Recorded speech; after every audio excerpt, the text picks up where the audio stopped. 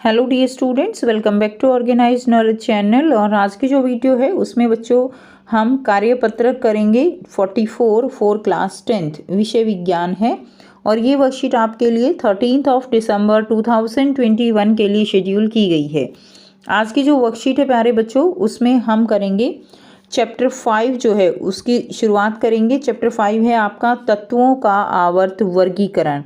ठीक है, वर्कशीट शुरू करने से पहले प्लीज़ चैनल को सब्सक्राइब कर दीजिए, बेल आइकन को भी प्रेस कर लो ताकि आपको आने वाली वीडियोस की नोटिफिकेशन वो समय से मिल जाए।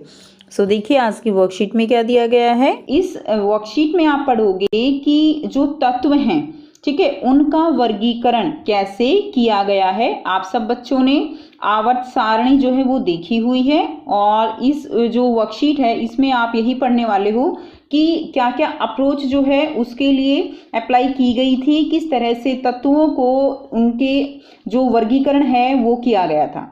तो देखिए अब स्टार्ट करते हैं। हमारे आसपास के पदार्थ जो है वो तत्व, मिश्रण एवं यौगिक के रूप में उपस्थित रहते हैं।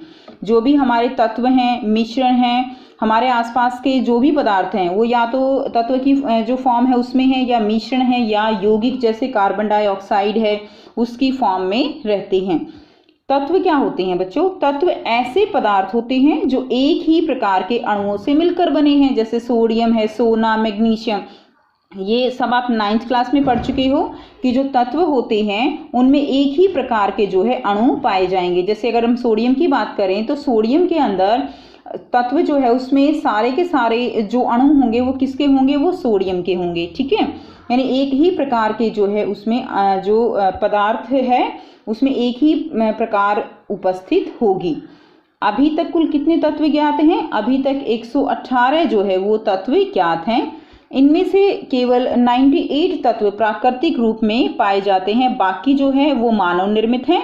ठीक है, टोटल 118 हैं जिनमें से 98 तत्व प्राकृतिक रूप में पाए जाते हैं। नेक्स्ट हम करेंगे वर्गीकरण की आवश्यकता, कि वर्गीकरण की आवश्यकता क्यों है।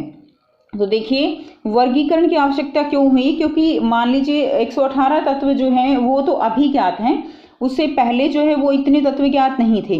तो क्या होता है कि इतने सारे तत्वों के जो गुण धर्म हैं उनको याद करना एक साथ वो पॉसिबल नहीं था। ठीक है, जो हमारे वैज्ञानिक हैं जब कम मात्रा में तत्व थे तब उन्होंने अंदाजा लगाया कि आगे भविष्य में और भी तत्व ज्ञात किए जाएंगे।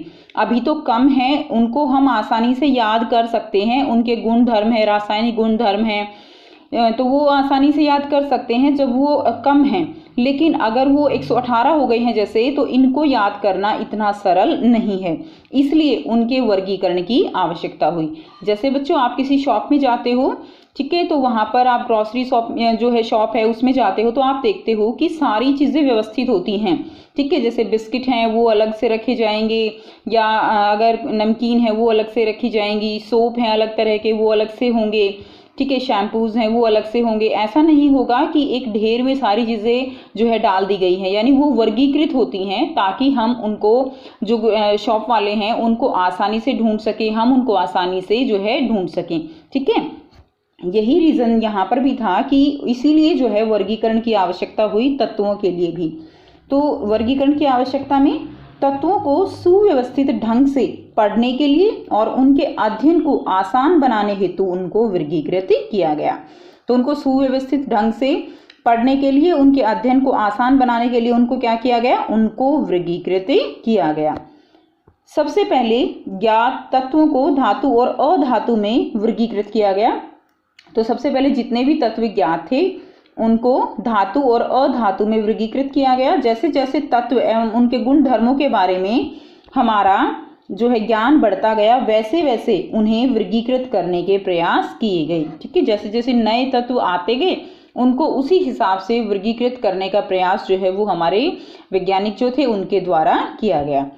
अब सबसे पहला जो प्रयास था यहाँ पर वो हम पढ़ेंगे डॉबेराइनर के ट्रिक। तो डॉबेराइनर के ट्रिक, इसमें क्या हम पढ़ेंगे? देखिए सन 1817 में, ठीक है, 1817 में डॉबेराइनर एक जर्मन विशेषज्ञ, ठीक है, ने समान गुण धर्मों वाले तत्वों के समूहों में व्यवस्थित करने का प्रयास किया कि जो समान गुण है उनको एक समूह में रख दिया जाए और जो असमान गुण वाले तत्व हैं उनको अलग से समूह में रख दिया जाए। जब तत्वों को उनके बढ़ते हुए परमाणु भार के अनुसार क्रमवार लगाया जाए तो 3 तत्वों के समूह प्राप्त होते हैं, जिन्हें क्या कहा गया, जिन्हें त्रिक कहा गया। यानी डॉबेराइनर ने जो है कितने के समूह बनाए, यहाँ पर 3 तत्वों के समूह जो है वो बनाए और उनको क्या कहा गया, त्रिक कहा गया। ठीक है ना, त्रि का मतलब 3 होता है। अब इस जो हमारी यहाँ पर वर्गीकरण है डॉबेराइनर का, उसके आधार पर क्या था कि उसके परमाणु भार के आधार पर उनको वर्गीकृत किया गया। त्रिक के मध्य तत्व का परमाणु भार अन्य 2 तत्वों के परमाणु भार का क्या होता है, माध्य होता है। ठीक है, तो यहाँ पर हम देखेंगे उदाहरण के लिए देखिए लिथियम, सोडियम और पोटेशियम, यानी ये एक त्रिक है, ये डॉबेराइनर का जो है दिया गया एक त्रिक है। इसके जो परमाणु द्रव्यमान है क्रमशः वो क्या है, लिथियम का जैसे 6.9 और जो सोडियम है उसका है 23 और पोटेशियम का कितना है 39। अब देखिए जो लिथियम और पोटेशियम है उसके जो परमाणु द्रव्यमान है, उसका जो परमाणु द्रव्यमान किसका, लिथियम का और पोटेशियम का, ठीक है, उसका औसत जो है वो कितना आता है, उसका औसत निकलता है 22.95। यानी यहाँ से आप कैसे देखेंगे 6.9 प्लस 39 डिवाइडेड बाई 2 आप कीजिए तो आपका जो आंसर आएगा वो 22.95 अप्रॉक्सीमेट इतना होगा। और जो 22.95 है वो लगभग किसके बराबर है, वो हमारा जो बीच वाला तत्व है उसका परमाणु भार कितना है 23, तो उसके लगभग है। ठीक है, तो इससे जो डॉबेराइनर का त्रिक है वो यहाँ पर सत्यापित होता है और जो कि लगभग सोडियम के परमाणु द्रव्यमान के बराबर है। ठीक, अब देखिए नेक्स्ट इसमें कुछ सीमाएं थी, तो वो सीमाएं क्या थी, इसकी जो लिमिटेशंस थी, ठीक है, डॉबेराइनर उस समय तक ज्ञात तत्वों में केवल 3 त्रिक ही ज्ञात कर सके थे, इसलिए त्रिक में वर्गीकृत करने की यह पद्धति सफल नहीं हो सकी। यानी उस समय जितने भी तत्व जो ज्ञात थे उनमें से केवल 3 ही ऐसे त्रिक बने, lithium, sodium, potassium, calcium, strontium, barium, chlorine, bromine और आयोडीन। तो ये इस तरह के जो है केवल 3 ही वो ढूंढ पाए, बाकी जो है वो नहीं इनको इस तरह से व्यवस्थित कर पाए थे। तो ये उनकी एक इस जो है कमी थी, इसलिए ये पद्धति ये सफल नहीं हो सकी। नेक्स्ट जो फिर इसमें आगे पद्धति आई वो थी न्यूलैंड का अष्टक सिद्धांत। न्यूलैंड्स का अष्टक सिद्धांत, अष्टक का मतलब क्या होता है, अष्टक का मतलब होता है 8। न्यूलैंड ने क्या किया, न्यूलैंड ने तत्वों को बढ़ते परमाणु भार के क्रम में, आप यहाँ पर नोट कीजिए बढ़ता परमाणु भार, यानी ये जो पद्धति थी ये भी किस पर आधारित थी, परमाणु भार पर आधारित थी। न्यूलैंड ने तत्वों को बढ़ते परमाणु भार के क्रम में व्यवस्थित किया तो पाया कि प्रत्येक 8वें तत्व के गुण, ध्यान दीजिए, प्रत्येक 8वें तत्व के गुण जो हैं वो पहले तत्व के समान थे। ठीक है, यानी पहला तत्व और 8वां जो तत्व आ रहा था उन दोनों के गुण क्या थे, समान थे। इनकी तुलना किससे की गई, इनकी तुलना संगीत के अष्टक से की गई और इसलिए इसे क्या कहा गया, इसलिए इसे अष्टक का सिद्धांत कहा गया। उदाहरण के लिए देखिए लिथियम एवं सोडियम जो धातु है उनके गुण समान हैं। तो देखिए जैसे यहाँ पर लिथियम और सोडियम, तो यहाँ से सा रे इस तरह से संगीत के जो सुर हैं उनसे इसकी तुलना की गई, सा रे गा मा पा धा नी और फिर से क्या आ गया सा और फिर से रे। तो यानी इस तरह से जिसके जो गुण जिससे मिलते थे उसको उस तरह के समूह में रख दिया गया। ठीक है, जैसे लिथियम के जो गुण हैं वो सोडियम से मिलते हैं, इसी तरह सोडियम पोटेशियम के गुण मिलते हैं। तो इस तरह से ये जो है अष्टक के सिद्धांत यहाँ पर दिया गया। अब इसकी भी कुछ सीमाएं थी बच्चों, इसकी सीमाएं क्या थी, यह नियम केवल कैल्शियम, ठीक है ना, कैल्शियम कितना है हमारा 20 जिसका परमाणु क्रमांक है, कैल्शियम धातु यानी हल्के तत्व तक ही लागू होता है। ठीक है, उसके बाद यह नियम लागू नहीं हुआ। नए तत्व के गुण इस सारणी से मेल नहीं खाते थे। जो नए तत्व जितने जो और भी खोजे जा रहे थे उनके जो गुण थे वो इस अष्टक पद्धति से के जो नियम था उसके अनुसार मेल नहीं खाते थे। नेक्स्ट क्या है, सारणी में तत्वों को समंजित करने के लिए न केवल दो तत्वों को एक साथ रख दिया, बल्कि असमान तत्व जिनके गुणों में कोई समानता नहीं थी उनको भी एक स्थान पर रख दिया गया। देखिए आप जो है इसमें देख पा रहे हैं, दो तत्व जैसे कोबाल्ट और निकल, इनको एक साथ रख दिया गया, ठीक है।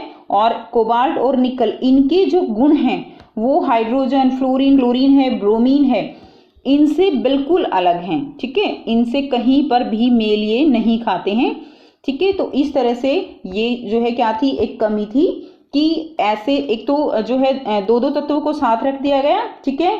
और दो दो तत्वों को साथ रखने के बावजूद भी उनके जो गुण धर्म हैं वो जो समूह है उनसे मेल नहीं खाते थे, उनमें कोई समानता नहीं थी। तो ये इसकी कुल सीमाएं थी।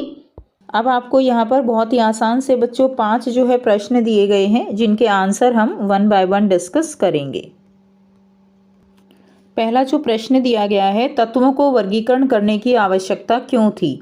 तो बच्चों तत्वों को वर्गीकरण करने की आवश्यकता क्यों पड़ी। तत्वों को सुव्यवस्थित ढंग से पढ़ने के लिए तथा उनके अध्ययन को आसान बनाने हेतु उनको वर्गीकृत किया गया, ठीक है। तो उनको अच्छे से पढ़ा जा सके और उनके वर्गीकरण के लिए जो है तत्वों के वर्गीकरण के लिए आवश्यकता पड़ी थी।